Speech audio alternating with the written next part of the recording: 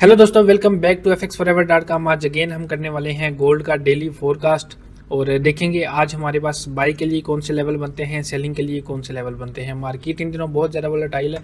अगर मैं डाटा की बात करूं तो आज भी हमारे पास कोई डाटा नहीं है। उसकी रीज़न आपको पता है कि हमारे पास जो है यूएस गवर्नमेंट वो शटडाउन है। जब तक वो ओपन नहीं होगी हमारे पास कोई डाटा नहीं आएगा। डेली के टाइम फ्रेम से अगर हम स्टार्ट करें तो कल की जो कैंडल हमारे पास जो है ना वो अच्छी कैंडल क्लोज हुई है, अच्छी रेड कैंडल। तो नेक्स्ट हमारे पास दिल्ली के टाइम फ्रेम में जो बाइंग एरिया है वो हमारे पास ये वाला है। इसकी वैल्यू मैं आपको H4 में जाके दिखाता हूँ, लेकिन अगर इस लेवल के नीचे हमें H4 की कैंडल भी, हमारी एक कैंडल भी क्लोज हो गई ना, तो नेक्स्ट गोल्ड का जो टारगेट होगा वो तकरीबन 3700 तक हो सकता है। इसके बाद चलते हैं H4 में और आपके साथ लेवल की मैं वैल्यू भी शेयर करता हूँ।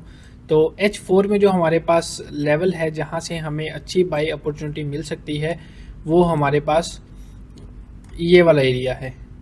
यानी कि अभी गोल्ड को मैं एक्सपेक्ट नहीं कर रहा कि गोल्ड यहाँ से रिवर्स हो। गोल्ड को रिवर्स होने के लिए कम से कम इस लेवल पे आना ज़रूरी है। इसकी अगर मैं आपके साथ वैल्यू शेयर करूँ तो इसकी वैल्यू है 3942 से लेके 3974।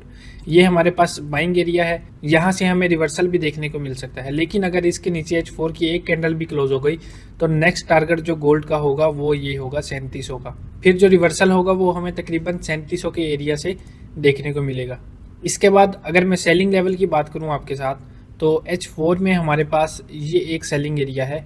यहाँ पे अगर गोल्ड आता है तो यहाँ से हम सेलिंग की ट्रेड भी पकड़ेंगे। अगर लॉन्ग टर्म टारगेट की बात करूं तो इसका टारगेट होगा 3974।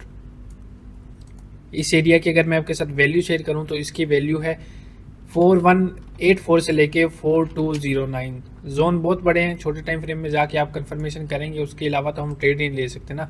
इसके बाद H1 में भी देख लेते हैं हमारे पास कोई है लेवल, अच्छा लेवल।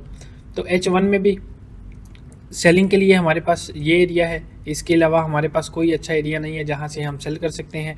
और अगर बाइंग एरिया की बात करें तो इससे अच्छा एरिया हमारे पास नहीं है। तो यहाँ तो अभी गोल्ड इस लेवल पे आए तो हम इसको सेल करें, या इस लेवल पे आए तो हम यहाँ से बाई करें। H4 में हमारे पास ये है। इसके बाद M15 में चलते हैं।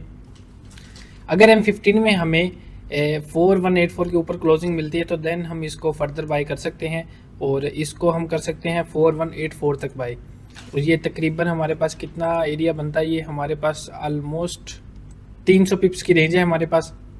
अगर इसके ऊपर हमें M15 की क्लोजिंग मिलती है उसके बाद ही हम इसको बाय कर सकते हैं, अदरवाइज़ हम यहाँ से इसको बाय नहीं कर सकते। इसके बाद M5 को भी देख लेते हैं। और अगर M5 में हमारे पास जो स्ट्रक्चर है, अगर हमें एक तो ये एरिया हमारे पास M5 में अच्छा बाइंग एरिया है। इसकी अगर आपके साथ वैल्यू शेयर करूँ तो इसकी वैल्यू है 4063 से लेके 4076।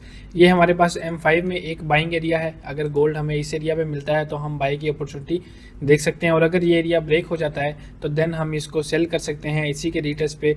और टारगेट हमारा पहला टारगेट होगा 4005 और उसके बाद होगा 3975। जितने भी लेवल्स थे आपके साथ शेयर कर दिए हैं। H1 का जो हमारे पास लेवल था वो भी आपके साथ शेयर कर दिया है और M15 के भी लेवल आपके साथ शेयर कर दिए हैं। अभी बात यह है कि मार्केट बहुत ज़्यादा वोलेटाइल है। आपको 1 मिनट की कैंडल भी तकरीबन 200 पिप्स की देखने को मिलेगी। उसकी रीज़न ये है कि नॉर्मली 4th क्वार्टर में मार्केट की कंडीशन कुछ इसी तरह से होती है। और 4th क्वार्टर में नॉर्मली मैं ये सजेस्ट करता हूँ कि ये बिगनर्स के लिए नहीं होता, क्योंकि इसमें मार्केट बहुत ज़्यादा वोलेटाइल होती है और आप बहुत जल्दी अपना अकाउंट वॉश कर लेते हो। इसलिए ओवर ट्रेडिंग से अवॉइड करें। अगर आपको अच्छी ट्रेड नहीं मिल रही तो एटलीस्ट आपका लॉस नहीं हो रहा। बाकी वीडियो अच्छी लगी तो लाइक और शेयर लाजमी करिएगा। और अभी तक अगर आपने हमारे चैनल FX Forever को सब्सक्राइब नहीं किया तो लाजमी सब्सक्राइब कर लें। मिलते हैं नेक्स्ट वीडियो में, तब तक अल्लाह हाफिज़।